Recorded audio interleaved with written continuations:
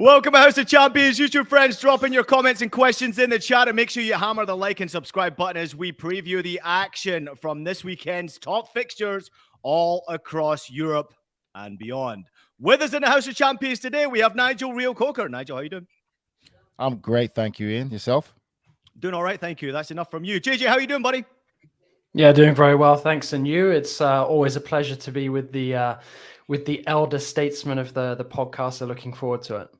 See that smile on Michael LaHood's face, man. He can't wait to talk, man. How you doing, Mike? I've got a stop clock here because Nigel just told me that you speak the most out of any of us here. So I've got a stop clock for you. I'm going to start it. Go. How you doing, buddy?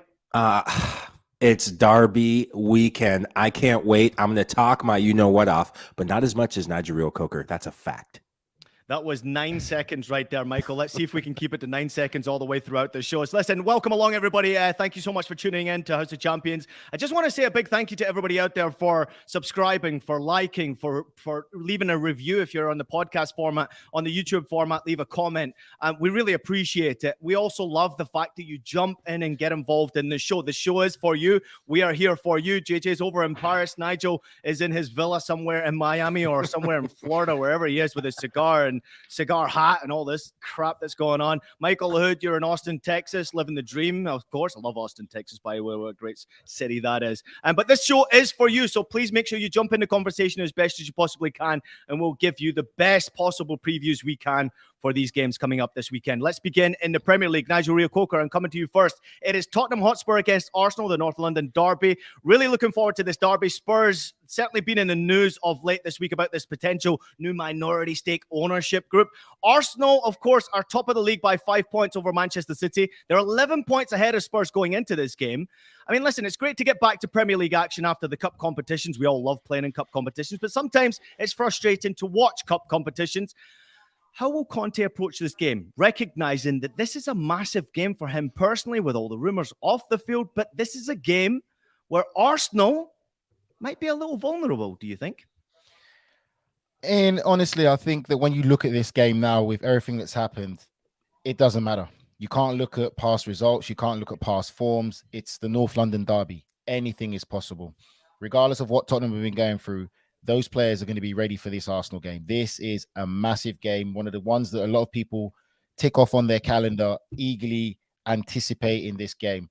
And I think with Tottenham, it's more so the off-the-field situation now with a minority stake by Qatar maybe happening at the football club. The dynamic of maybe, will Harry Kane stay now? Will he get a bigger contract? Will he still leave? All that's still going on. Conte's future's playing a part. Conte moaning about transfer targets. There's a lot going on at Tottenham right now. And I think coming against Arsenal would be the perfect fixture for them when those type of situations and scenarios are happening at the football club. It gives you an opportunity to forget all the outside noise that's going on and concentrate on the football. It's going to be very interesting. I think for me, Arsenal and Arteta's made a few comments a couple of weeks ago, if you recall, about, not really worried, but the comments he made it seem that he's a bit worried and not wanting players or people to get carried away, to feel that it's a done job, that they're going to be champions of the Premier League. So I think for me, if anything, when I look at everything that's going on, I think this game really does favour Tottenham. It's a game where they can come out and really make a statement against this Arsenal side, and anything can happen in a North London derby. I agree with Nigel. I think that it's a game where it could be a potential trap for Arsenal. And I think, with regards to what Nigel was saying about Arteta's comments, I think that's natural, because when you look at Arsenal and sort of the strength in depth or relative lack of it, they are only sort of one or two more injuries away from potentially, having quite a difficult period, without their regular starting 11. Obviously, Mudryk could change that if he does ultimately come in. But losing Gabriel Jesus, that was a big blow. I actually kind of wonder if Arsenal are moving so quickly to try and get Mudryk now because they feel like he won't be on the market come the summer, whereas actually perhaps the smartest thing to do, looking at this transfer window and looking at Arsenal's squad at this moment in time, is actually to try and boost themselves in a couple of positions so that they don't run out of depth and ultimately sort of don't run out of gas and kind of conk out, because they are looking good for the title at the moment. But this is the kind of game that can upset them, because Conte will thrive with Spurs in this sort of underdog role that they're going to play in this. Everyone's going to be expecting Arsenal to continue their good form and for Spurs to struggle. But that is when, Conte is really in his element. As we saw last season, one win in a rivalry game, especially the North London derby, can change the entire projection of your season. This game at this stadium, Tottenham Hotspur Stadium, it really defined both of these teams' seasons. For Spurs, it catapulted them to get top four. For Arsenal, they just missed out. I just wonder if this could be the little trap, as you said, JJ, for Arsenal that kind of derails them because everything has gone their way.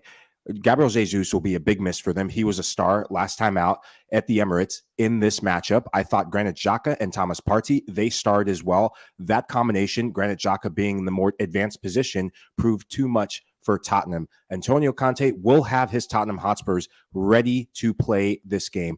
Interesting stat for you. When Tottenham Hotspurs play Arsenal, and especially when they host Arsenal, penalty kicks seem to be the theme. And penalty kicks in the form of Harry Kane. He scored 7 of them in this matchup when these two teams get together. I expect another Pique for Harry Kane to be in the fold. And I favor Tottenham, unlike some of the previous matches and some of the previous showings they've had. I do favor Tottenham in this game because of what history has shown. It's amazing to think that we're all kind of leaning towards Tottenham having a bit of an advantage here. Obviously, they're playing at home here. However, this is a question for all our viewers, and I know we've got some Gunners fans and we've got some Spurs fans in the chats already. Without going to look at Google and without looking at your apps that give you all the scores and predictions in recent history, when was the last time that Arsenal beat Tottenham at Tottenham Stadium? If you guys have the answer to that one without looking at it, please feel free to jump in. But this is really to our viewers right now. If you've got the answer, jump in. Do not cheat. Do not go look at it. Nigel, let's come back to you. Next 3 games for Arsenal are massive. Obviously, the Spurs game. Then they have United and then City. 2 in the Premier League and then 1 in the FA Cup against City, of course. How big are these next 2 games for the Gunners? I mean, they want to try and make a statement, as you mentioned. Tottenham obviously trying to shut them down. It's a derby game, so there's a lot to play for here. But for the Gunners in particular, we've all been so impressed with what they've done and what Arteta's done. And as JJ pointed out, maybe you're starting to see a few kinks in that armor where they might need to just have some backup here.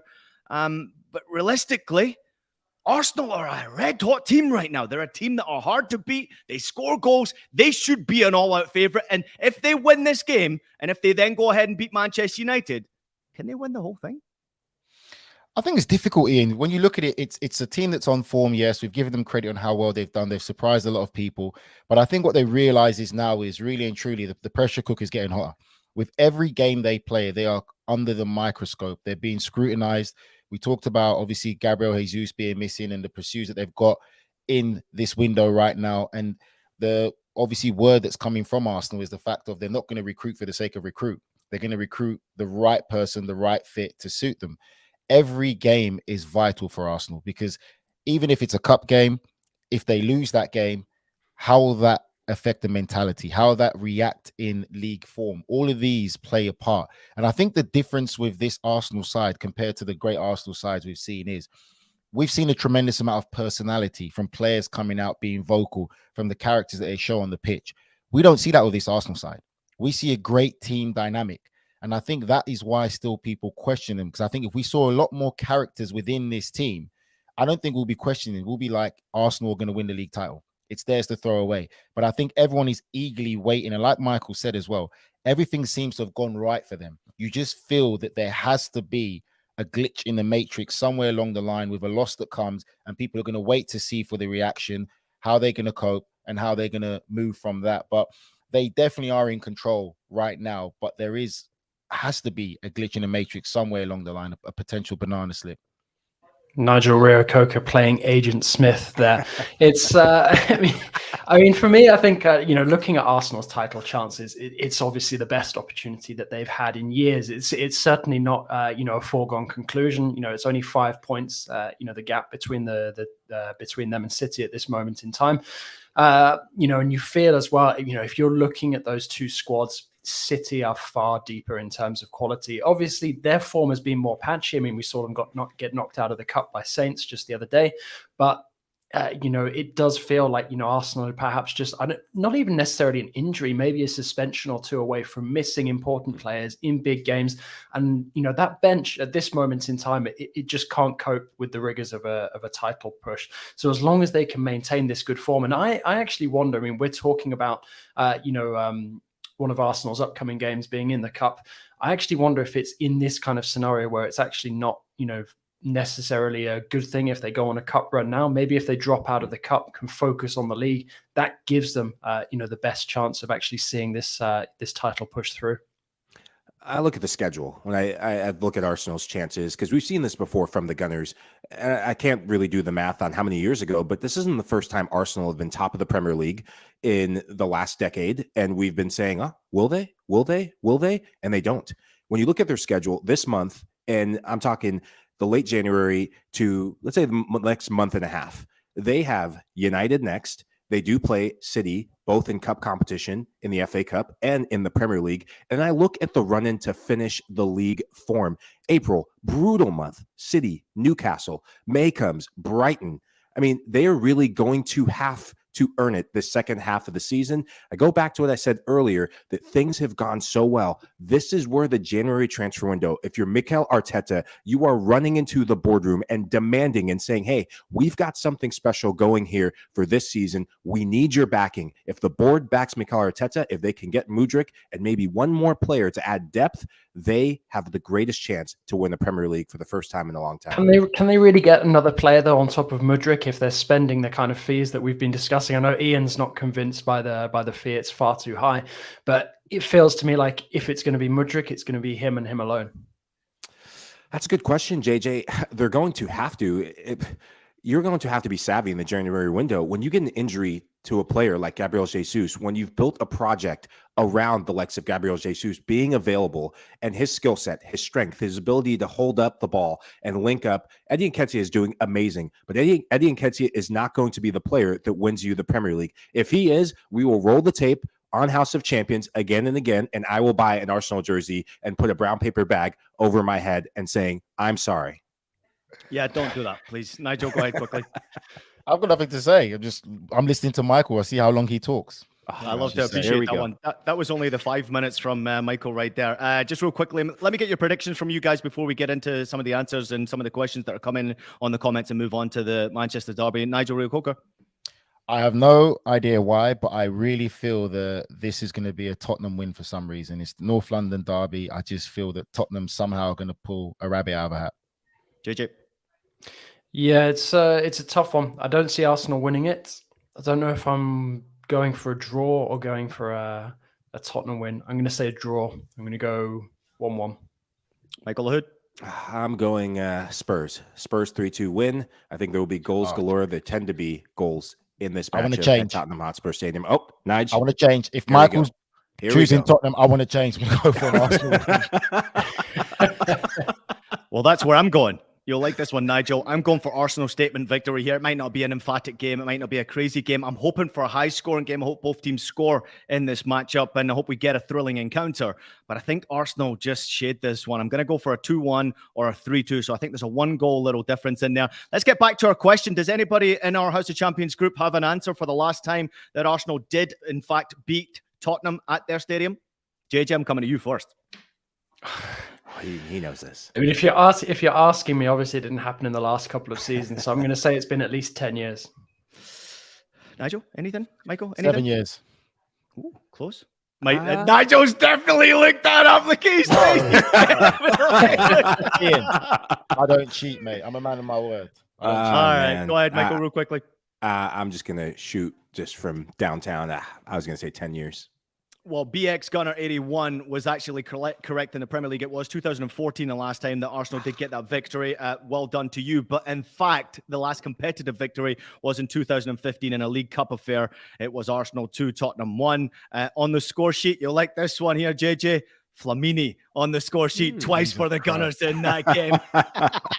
Those were the real poker days. They were indeed. I recall seeing Nigel score at White Hart Lane. Hey. I mean, I was hidden behind like a post where you get stationed in the away end, but he did score. I think it was like 3rd or 4th minute with 2-1 Villa win. But I know Flamini is a funny case. Obviously, a very talented player, someone who I saw emerge from the French game. But then obviously he's gone on to have a phenomenal sort of post-playing career as an entrepreneur as well. BX Gunner 81 saying 2-2 his prediction here. Krishna saying that it's going to be 2-0 to the Arsenal. We've got a 3-1 Arsenal victory from Rafa. Keep those comments coming in, everybody. This is your show. Let's quickly talk about the Manchester derby here. It's Manchester United against Manchester City, third against ninth in the table, if I'm not mistaken here. It's an early game going ahead on Saturday. Obviously, a cracking game to look forward to. City second in the league, playing catch up to Arsenal and lost in the EFL Cup during the week.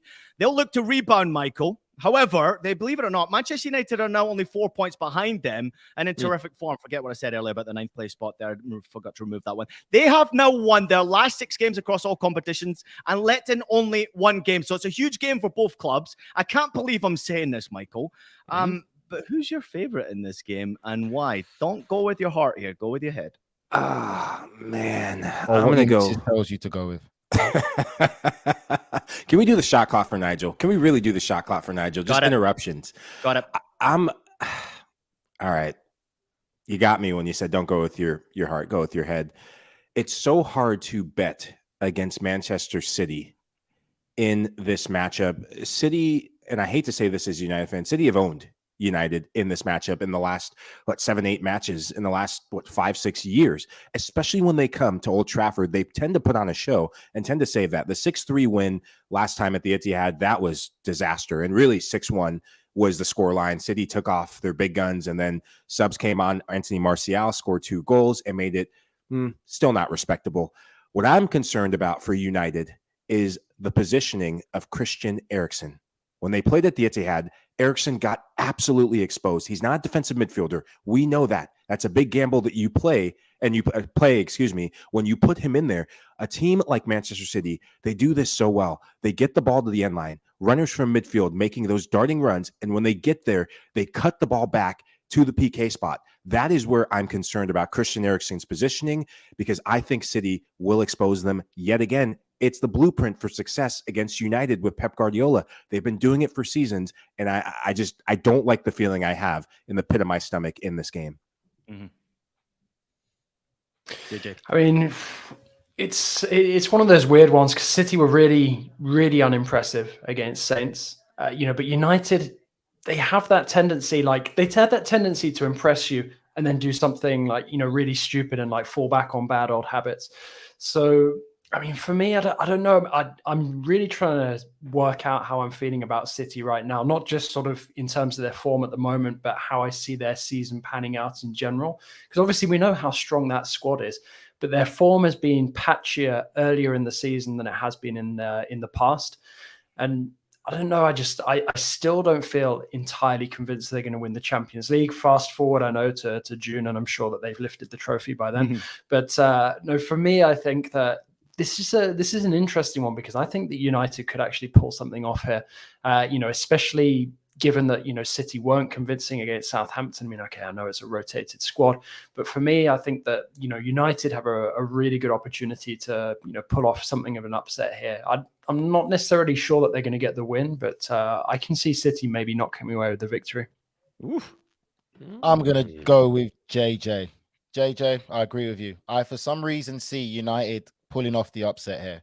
I think when you look at this United side now, under Alf, he's done so well with this team. And, what are you laughing at? Under Alf? Who? Sorry, again, Carl. Sorry. Alfie who? It's going to be a Holland derby. We are authentic and the best football podcast you can ever listen to in the USA. Anyway, authentically ourselves. Eric and Targ's done fantastically well with this United side. I see a focused United side. I see an informed Marcus Rashford. Again, it's the Manchester derby. Past forms goes out the window. This is not a Manchester United side that we're looking at, that we're trying to find or see an identity or a style of play or a pattern of play. I understand what Michael said about the cutback, City's way and style of playing, pulling it back at the edge of the box, but you forgot to mention a world-class Casemiro, who's come in that midfield and made a difference. The pairing of Casemiro and Christian Eriksen is the perfect balance of a midfield you could ever want at a top-level team. You have a ball-winning midfielder who's comfortable to get the ball in deep areas, make those forward passes, also has the ability to create goal-scoring chances, and you have Eriksen who can create things and make things happen in the other end. It's the perfect balance you could ever want at that level. I personally see a more determined, organized, and focused Manchester United side. And I feel with this Man City side, it's still hard to point a finger of what's what with Manchester City at the moment. I see cracks in Manchester City as I do with Liverpool. I see a bit of inconsistency. It wasn't a great performance by top class players that they had in the cup against Southampton, even though I just did say that previous games don't matter. It's the Manchester derby, but I just give the edge to Manchester United in this. Emil? Nigel, it's the first time I'm going to say this. Thank you for saying Alf, that is. Not for your commentary, for saying Alf. Alfie Ten Hag. Brilliant. Totally. Shout out to our producer, Des Norris, for the win. Nigel Coker, he is here each week on House of Champions with his gaps. So is your dog. His commentary and insight. No, it's not my He's, dog. he's an Alf. He's an Alf fan. JJ owns a dog. I'm not taking the fall for this one with the pups. But I'm so glad you said Casemiro. He's just had enough of Nigel's chat. I've got him on the phone every night asking me what my cognac's tasting like. I'm so glad you brought up Casemiro. The last 6-3 loss against City, Scott McTominay in the midfield with Eriksen. That is not a pairing I ever want to see again as a United fan. Burn that, put that in a burning trash fire, and just roll it down the river into the ocean, wherever you live, wherever you can. Who else? Marcus Rashford was playing striker. Anthony Martial comes off the bench. Anthony, yes, scores a goal. Anthony, he is going to be an X factor. There's been a lot of criticism about his play throughout the season, some of the showboating, but this guy, you give him space and time, he's got a left foot cannon on him. 2 goals in his last 2 games. Yes, EFL Cup against Charlton, FA Cup against Everton. I expect him to have another decent showing, if not a good performance, if United are to get a result. He and Anthony Martial, they will have to be effective to take the pressure and the focus that Pep Guardiola and his team will have on Marcus Rashford, because he has been red hot, as you said, Nigel. Yeah, listen, there's no doubt that the player's getting in form at the right time, but also we must admire the job that Ten Hag has done. And I mean, Alfie Ten Hag, I'm talking about, not Eric Ten Hag. What a job he has done at Manchester United. And in my opinion, personally, we're not talking enough about the fact that this guy has gone up against probably one of the greatest players to ever play the game in Cristiano Ronaldo, kicked him out the door, and turned Manchester United's fortunes around. Dealing with egos, absolutely. Getting players back fit and healthy, but getting confidence to the players. And he does it in a unique and in a different way. I mean, he's a Dutch master as far as I'm concerned with the way that he's going about his business right now. Not any time to go through your predictions because Michael and Nigel took far too long. So let's get to the other fixtures. JJ, I'm coming to you first. There's a lot of other games to look forward to. Fulham and Chelsea obviously going on today. Villa Leeds, looking forward to that one on Friday. That should be an absolute banger of a game, by the way. At the weekend, we do have Brighton and Liverpool to look forward to. Everton against Southampton. We're on Lampard watch, everybody. And Newcastle against Fulham. I mentioned that one because Newcastle might be the winners this weekend if everybody else messes up their fixtures. So, JJ, which game are you looking forward to? Oh, obviously, Villa against Leeds. It gives me a bit of a rivalry with Mike as well. Obviously, he's got his Leeds shirt in the background, Leeds scarf in the background. I've got my Villa formations and posters hanging up behind me. So, no, I'm really curious to see how Villa digest that really, really poor performance in the Cup. I think many Villa fans had their hopes hung on an FA Cup run, and then obviously putting out that sort of disgraceful finish to the game against Stevenage Borough, because it really was sort of the final 10 minutes or so that let the team down. So I think they really need to come up with a big reaction now, because feels, despite what many people are saying, sort of who follow the club week in, week out, I've always felt like Villa's aim for this season was to get back into the reckoning for Europe. I think they've left it too late, both in terms of the managerial change and the uptick in form. But if they're to have any chance, they really need to start putting points on the board now. I thought they would have done so against Wolves at home. Difficult game, obviously, with Lopetegui being a new coach, but they know Leeds. I mean, I know that everyone's going to be, optimistic around Leeds at the moment after the signing of Wilbur. They're getting Rutter in as well. But, Villa have just completed the signing of Alex Moreno as well. And, generally speaking, it's been a very positive start to life under Unai Emery. So we need to get a bit more of that back. And I feel this is the perfect kind of game for Villa to turn the corner. So that's definitely the one I'm tuning into. Mm-hmm. Well, I think for me, and I'm going to be keeping an eye on Everton Southampton. I think that's a very interesting fixture. Obviously, you talked about it with Lampard being on manager watch, and it doesn't help when the chairman comes and publicly. When's Lampard not on Lampard watch? Or when are we not on Lampard watch? Anyway, It feels like we've been there since the beginning.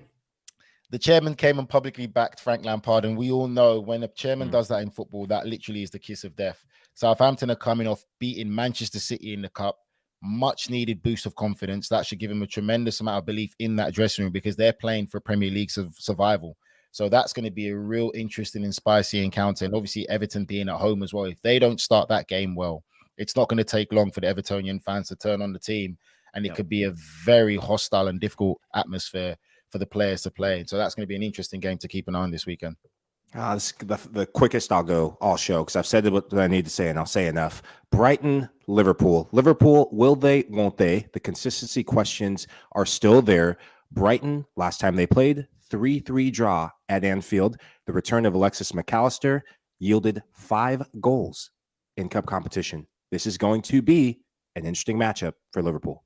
I agree with you. Let's get to the comments real quickly before we go to break. Krishna saying, I don't know why, but I'm worried about City's attack here. Manchester United 1, Manchester City 0. He predicts here. Rashford is going to score in that game. He also predict. Ram jumping in and saying, will Anthony get sorted in the Premier League soon? Because he's a very one-footed player. There are players who had great careers, but one-footed like Robin. But he don't have the Robin pace. I don't know. We haven't necessarily seen the best of Anthony just yet, and he's doing pretty damn well right now. Rafa jumping in and saying he agrees with Krishna. Marsh's emotions as a manager are unsustainable because Krishna says, I don't know, Leeds are disappointing against top 6 opposition there. So he thinks that they are gonna go down. JJ, that one was directed towards you. All right, let's get a quick break. We will be back with the boys when we return. We're going to take a quick look at the big one in Italy, plus we have a dance around the Spanish Supercopa and Portugal. We take a look at the Lisbon derby. House of Champions. We'll be right back after the short break. We know the crowd is ready.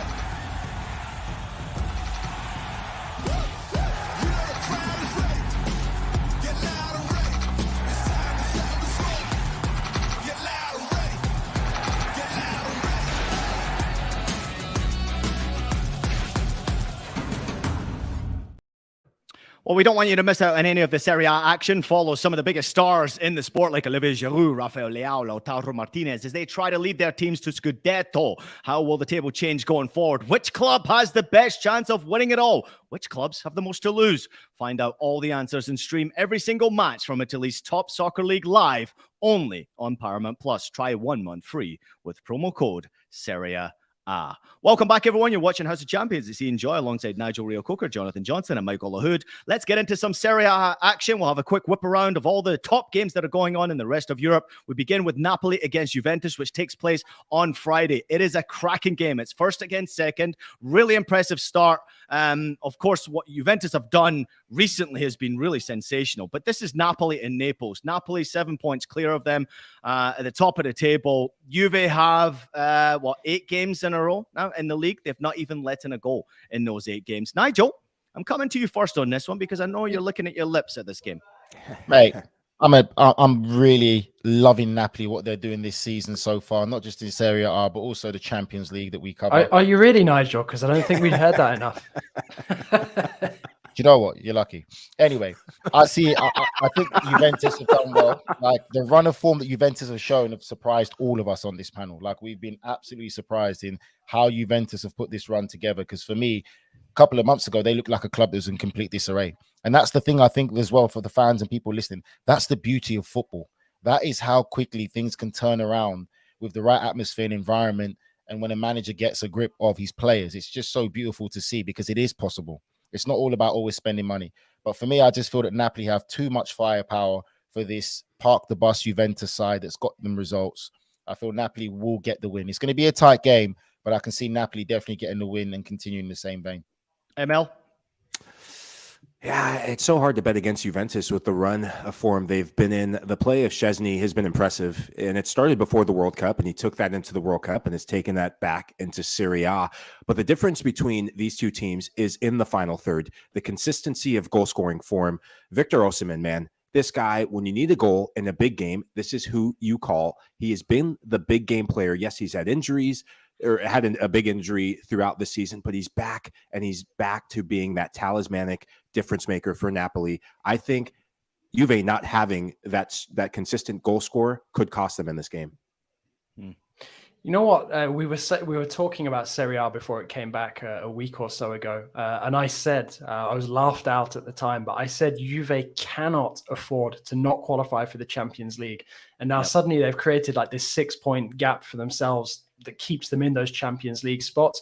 I mean, in terms of potentially overhauling Napoli at the top of the table, I think they shouldn't be focused on that at the moment. The gap is too big, still at 7 points. But if they get the win this weekend, suddenly it cuts it to 4. That sows that seed of doubt in Napoli minds. Also, look at Juventus's fixtures coming up. I think 5 of their next 7 games are at home. That is a big bonus for them as well. They've got important players still to come back into the rotation as well. I can see Juve scraping a win here. Maybe it'll be a 1-0. Maybe maybe Napoli will score, but Juve will win it by a goal. But even a draw here, I think, would be a positive result for Juve, because if they can keep that momentum going, that unbeaten feeling, they're slowly going to be able to move away from some of the negativity, the major negativity of the first half of the season. And like I said, the end game, the main aim now for Allegri and these players between now and the end of the season is whatever happens, make sure you finish in the Champions League spot. I think in this game, and at this point in the season, Napoli, they've been here before last season. I'm wondering, can they learn from what they didn't do last season? They were barn burners. We were thinking, okay, maybe this will be the year that they do it. But then they faded in the second half of the season. This will not be the last say in this matchup between these two teams and in the title race. Remember, at the end of the season, Napoli has to play Juventus again at Juventus. And I think that will be the title decider outright between these two, but this is a very good first matchup given the circumstances.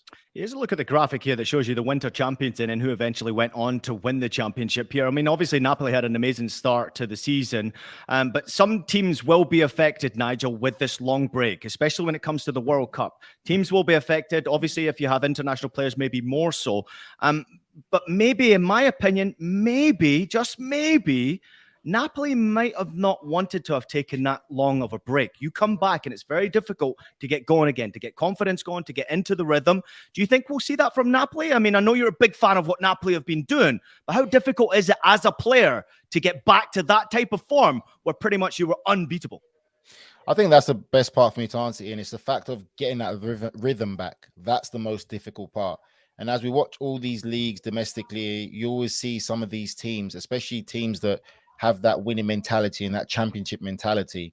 It takes them a while to find their rhythm. They might not be winning consistently at the start, but it takes maybe 6 or 7 games into the season till you can start to clearly see a pattern and a stronger team momentum building. I think that break for Napoli probably didn't help them. It was a disservice to them because the rhythm and everything was there. But this second half of the season, again, it's so difficult to really tell because, again, a lot of that comes from management, the messaging that they're getting, how they're getting their players to respond. But it does take time to get that rhythm again. But I just don't see Napoli throwing it away now with how close they are to probably becoming Serie A champions. JJ, let's talk about a little plug here for an interview that's coming up regarding Serie A and one certainly a familiar name. Yeah, absolutely. I was lucky enough to chat with Udinese's Gerard Deulofeu, and it was a really interesting chat. Actually, I mean, obviously Udinese themselves were something of trendsetters a couple of decades ago when they started bringing across lots of those young talents before they cropped up on anyone's radar. Alexis Sanchez, guys like that, but they've sort of started to make a bit of a comeback in Serie A at the moment, looking good. Certainly trying to get themselves in contention for Europe. Obviously, Deulofeu himself, a very interesting character, given that he's been linked with a number of clubs, including my beloved Aston Villa. But, chatting with these guys all the time, sort of trying to get into the nitty gritty behind, what is, creating this good form, especially from a team that had been sort of struggling at the wrong end of the table in the last couple of years. I always find that pretty fascinating. So, yeah, definitely keep an eye out for that early next week. Oh, great stuff, JJ. As always, make sure you keep an eye out as to when that interview will drop. Really look forward to seeing that. I'm a big fan of Deulofeu. I always have been. I think he's old school, kind of fashioned winger. Love to watch him go 1v1 with players, and always interesting to see players move around from different country and have success no matter where they go play. Real quickly, before we move on here, I don't want a prediction from you. I just want one word answer as to who will win the Scudetto before we go into Napoli against Juventus. Don't want a score prediction here, Nigel. Napoli. Napoli. Mike. Juventus. JJ. Michael just giving a kiss of death to Juventus. Napoli, just. All right, let's move on to the Spanish Supercopa. We have Real Madrid against either Betis or Barcelona. We're going to just whip through this one very quickly here. Michael, I'll come to you first on this one. Real Madrid were poor in that game. I didn't enjoy watching that game at all. I thought it was very frustrating. Also lost a bit of money on it because I betted them to win in 90 minutes. Didn't happen for me. However, do we see a Clásico final here? The game is obviously taking place in Saudi Arabia. So let us know what you think will happen as to who we'll see in the final, but also give us your opinion as to what it's like for these players playing in Saudi Arabia in a cup competition that is supposed to be domestic. I think we will see a Clásico final for Barcelona because Robert Lewandowski gets to play in this game. And when Lewandowski plays, good things happen, wins start coming, and goals galore start happening. So that is something that they will look forward to, given that they're coming off a massive win against Atletico Madrid. Des Norris's Atletico Madrid for that. With regard to how the players must be feeling, it's so hard. It can be such a distraction for a lot of these players because the Supercopa, when it was based in Spain, there was more vibrance about it. There was more of, okay, we play this game, then we can get back to league action. But now the travel factor. These are players who have played in the World Cup. They've amassed miles on their legs. They've amassed miles in terms of travel, different time zones. And now they have to do it again in a short amount of time to then come back to Copa del Rey and league play. I know it's for the TV. I know it's for the money, but you don't like I don't like it. It's disruptive. But also at the same time, a lot of people don't like stuff like the Community Shield, the Trophée de Champion. People feel like it's a bit of a pointless game, that it doesn't count for anything. Do we not feel that, this kind of format at least makes it a bit more interesting? No. Is that to me or Nige? Or Ian? Any of you guys? Nigel, you go. You looks eager. I was just going to say, just to add to what Michael said, JJ's question, I think it does a bit, JJ, but the fact is, I think you got to keep it to its spiritual home. It's about the fans. These clubs were built on the foundations of the cities where they're from, the people that live in those cities. You can go out there and experience it. Anyone's welcome to, but it's about the city of the foundations of where these clubs started from. So I think that has to be respected. Yeah, just to add to what Michael I agree with said, you. Go ahead. Just to add to what Michael said there, he's right about Lewandowski playing, and obviously domestically he's been fantastic. Not so much in the competition that they used to be in the Champions League. So I'll agree with you on that, Mike. Well, he's got that Bayern virus that Ian keeps talking about. Yeah, I think for me it's just money. It's money. You got to call it out for what it is, guys. It's money. I think the La Liga, looking at the dominance of the Premier League worldwide and how much viewership the Premier League gets and the money the Premier League's generating, and La Liga want to find Is that a way. bad thing, though, Nigel? Isn't it? It's not a bad thing. How do we get further here? How do we advance soccer worldwide? If you're a fan of these clubs, you would feel a bit offended and upset because these are the clubs that you've grown up supported in, the cities that you've grown up in, and they're playing a final, not in your domestic country, but in another nation for financial gain. You would feel a type of way. And I think you have a right to feel a type of way, to be about that, because football clubs without fans are nothing, and they belong to the fans first. But it's doing it to try and generate money and make money, and I'm sure they're getting paid very well for this. Yeah, listen, I just want to throw my 2 cents into this conversation as well. Cup competition are very close to my heart. Had a lot of success playing in Germany in particular in cup competition, made a ton of money as well. But for the fans in particular in my city in Hamburg, it was sensational to play cup competition there. It was a fantastic feeling for the locals to turn up. And in many ways, they would get more excited about cup competition because of the fact that you could get a big team, or you could play a minnow team, or you could have a local derby. Anything kind of went. It got them excited more so than it would be playing a regular game where you see the same opposition home and away every single season. I do see the understanding as to why they would want to play games abroad. I mean, obviously, if you go into Asia or Middle East, and then you look into the United States of America, because you better believe it, JJ, right? At some point, you're going to have to see some sort of Champions League or UEFA competition or whatever. It's going to take place in the United States of America. As we've already seen, a World Cup just took place in Qatar. Not one of us thought that that would ever happen in our lifetimes. But money talks, and I also think it's about development. How do we grow as a football world? How do we grow, make more money? That's the question for obviously these businessmen. But at the end of the day, we must not forget, like Nigel talked about, this is the fans' game here. This is the game that belongs to them. I still see both sides of the story. JJ, just jump in at any time here. I see both sides of the story. I love the fairy tale local fan going to watch their team play in a cup competition. But I still want to see this game develop, and I would love nothing more than to see a Champions League fixture take place here in the United States of America. JJ, thoughts? Well, I mean, it's already in the works. It's something that they're discussing. So I don't think it'll be too long before we actually start seeing it happen. Whether or not, I guess that we could consider it a meaningful Champions League game. I guess we'll just have to see when those UEFA Champions League reforms come in, and obviously we'll be able to follow it in its integrality on Paramount Plus. But I mean, I think, as well, maybe in terms of making some of these games mean a bit more, certainly in terms of like a Super Cup. I mean, I can see the idea behind the format change, and I can, like you said, you can see both sides of the coin in wanting to keep the Super Cup in its country, but also take it abroad to other fans. I mean, the other thing, if you want to actually make this mean something, is to actually distribute one of the European places to it. So, it potentially gives one of those teams involved a way to get themselves into continental competition. Oh, wait, JJ and Ian, I'm sorry. Why were we not talking about FIFA and UEFA, all these people investing more for these nations to invest domestically in their own domestic leagues and be competitive? Like, make your league more competitive, make your league a lot more inviting to players from around the world to go there, play. Aren't they doing that though? Aren't they doing that? You've got Cristiano Ronaldo just moved to Saudi Arabia. You talk about Cristiano Ronaldo. Think about all the other millions of players who are not Cristiano Ronaldo. No. But if you look at the team that surrounded him, you're seeing some top players who are going there. Of course, there's a lot of money there, Nigel, but you're seeing money being pumped into their domestic leagues. Come on. I don't think so. I think they can do a lot more to make it more, I would say, more enticing for players around the world, because there's a lot of players and people who play football all around the world. The Premier League didn't just happen like that overnight. There was heavy investment in the domestic game of itself. English players weren't looked upon with great shining light or great beauty. We had periods in Europe where it was dominated by the Italian league. We had periods that were dominated by the Dutch league. We had periods that were dominated by the German league.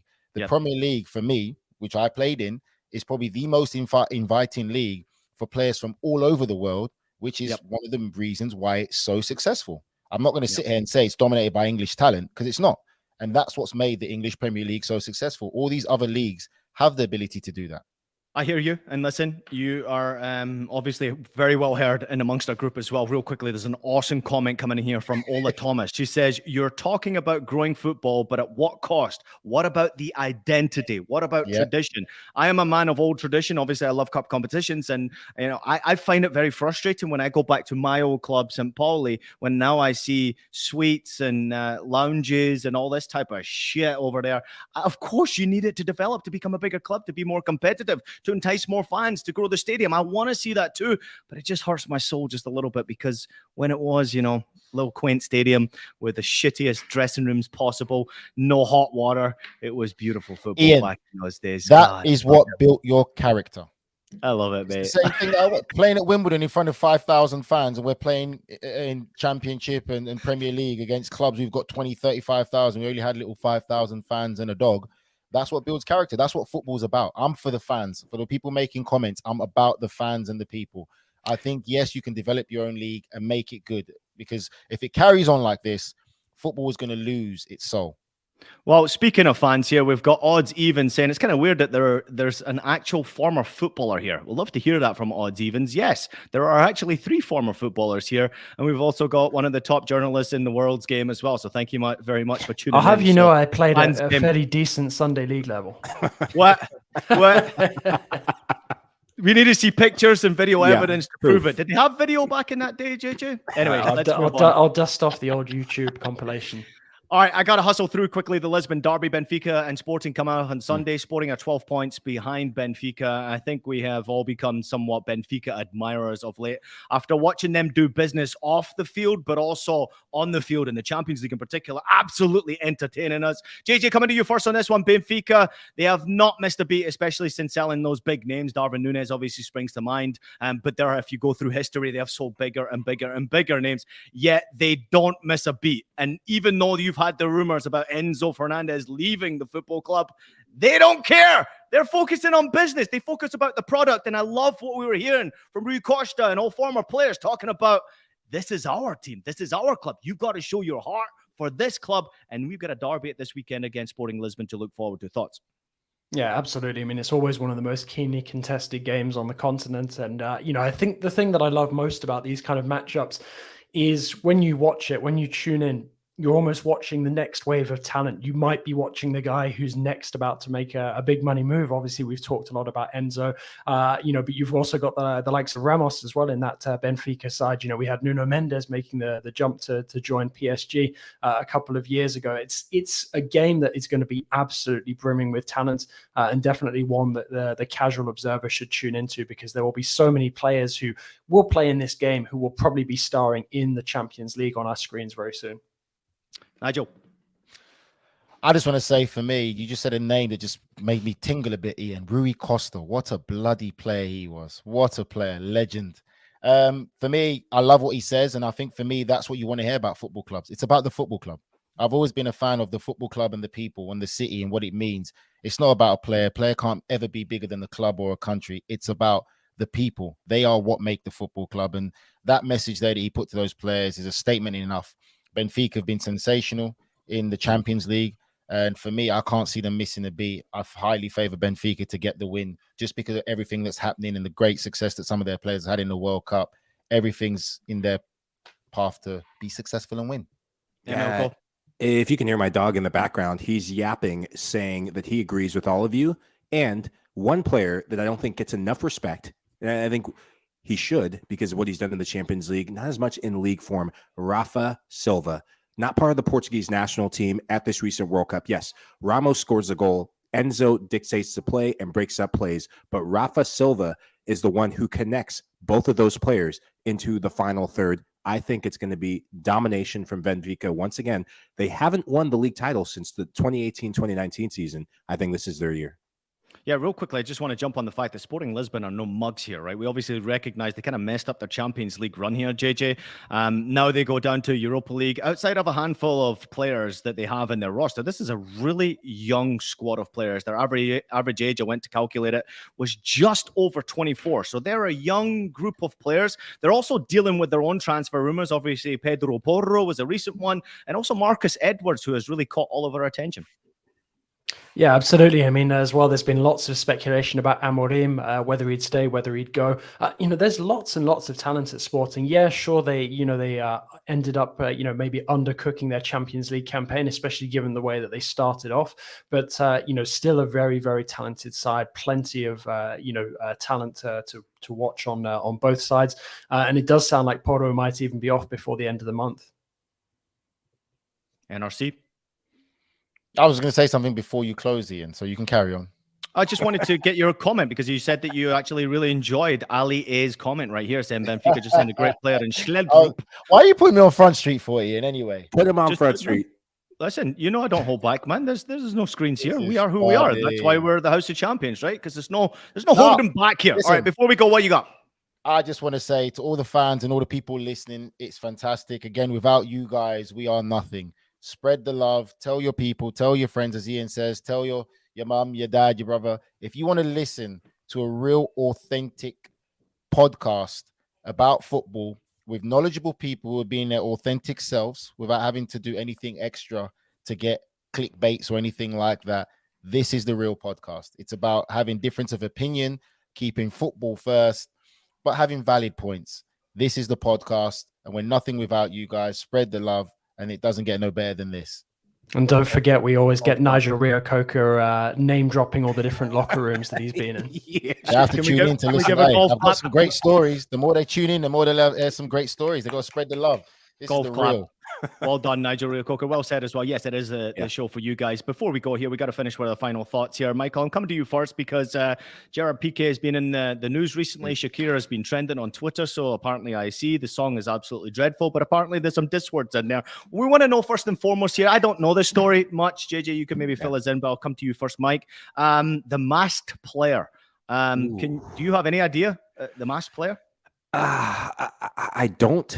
I mean, whoever the masked player is, he's definitely enjoyed his time off. You could see a couple stones in that lean back to his right belly. So Wesley Schneider? Is that what you're saying? Wesley Schneider and orange? It's either him or Rafael van der Vaart. Those are my two because they have similar bellies. That's my guesses. Settle down. Rafa was a teammate of mine. All right, Nigel, what are your thoughts on the the masked player? Do you remember there used to be a book? Forget Remember there used to be a book? Go Huh? ahead, let me finish this one. Do you remember there used to be a book in England where someone was like the mystery soccer player who was talking about all the stories in the I dressing room? remember Do you that remember book. that? Yeah, I remember that book, and he said some stories that came out, and then no one Yeah. knew who it was. I remember that. I'm not interested in who this masked player is, Ian. All I know is Gerard Pique. All I saw over here in America was they showed a video Zoom call that he had with the girl that apparently he was having an affair with while was Shakira. She was in the corner slightly, and then she disappeared. That's all I saw. JJ, thoughts on the masked player and also thoughts on Shakira's latest lyrics? You know what? I haven't even listened to the song, so I'm probably not going to be able to give you the best insight into Shakira's song. But in terms of the masked player, it's funny because he got absolutely slammed on Twitter. One of the journalists from AS came out and said, like, yeah, he was a supposed high-level La Liga player that used to play for Cadiz, which was the big giveaway that it was actually a guy called Nuno Mesa, who's a current free agent because he has a lot of tattoos. That's why he had to wear the mask and the long sleeves and stuff like that. But no, he got absolutely ruined by this journalist who said, like, yeah, the best thing that he could do was fall over on the pitch 3 times. It's absolutely great, man. I love the stories. And JJ, you haven't missed out on much because the song is absolutely dreadful. Listen, thanks to everybody out there for tuning into the show. Thank you, everybody, for your comments and jumping in the conversation. It's been great. It's been really great being back, breaking in the new year. It's great to see the Premier League coming back this weekend as well, but also the top action across all of Europe. We will be back again on Sunday with a little review of the weekend. The boys will be back. We're excited to obviously break it down. A quick bit of love for James Bench. He's enjoying himself on his vacation. Never seen him as active as he has been over the last few days on his social media platform, by the way. He's enjoying it. So love to James Bench out there as well. Everybody out there, thank you so much for tuning in. We appreciate you. Thank you to everybody for listening to House of Champions. Also, please make sure you take a minute to leave us a rating and a review on your favorite podcast platform. We're available on Apple Podcasts, Spotify, Stitcher, and anywhere else you listen to your podcast. We're also available as video, so subscribe to us on YouTube. Boys, anything else to add before we get out of here? Michael, Nigel, JJ? I'm happy that Michael gave Juventus the kiss of death, which means Napoli will win Serie A. Yes. No, it's derby. It's derby weekend. This is why we love football, and I just hope we're treated to just amazing matches, no matter who's playing. Just can't wait for the first kickoff. JJ? Exactly. I mean, new year and same old us. I'm just delighted to be picking through it with you guys all the time. So no, bring on the next games. Hey, listen, producer Des mentioned to us that this was going to be a 40-minute show. If you could keep it to 40, it would be great. We're now at 52 minutes here, so let's extend it for one more minute. Just real quick. I got one. I've got 2 actually. I got one great point actually. I saw some comments in there about people saying about Charlotte and Atlanta, how good these teams are, and obviously big, and the fans make them. And I thoroughly agree. I would say let these clubs concentrate on bringing up domestic talent, young talent, local talent that comes through that club to give something for the next young generation to have something to grasp on. That's how you build football clubs. That's how legendary clubs are founded. Nigel, we got to go because producer Des has got a meeting in 3 minutes, so we got to get out of here. Thanks, everybody, for watching House of Champions. We'll see you again on Sunday.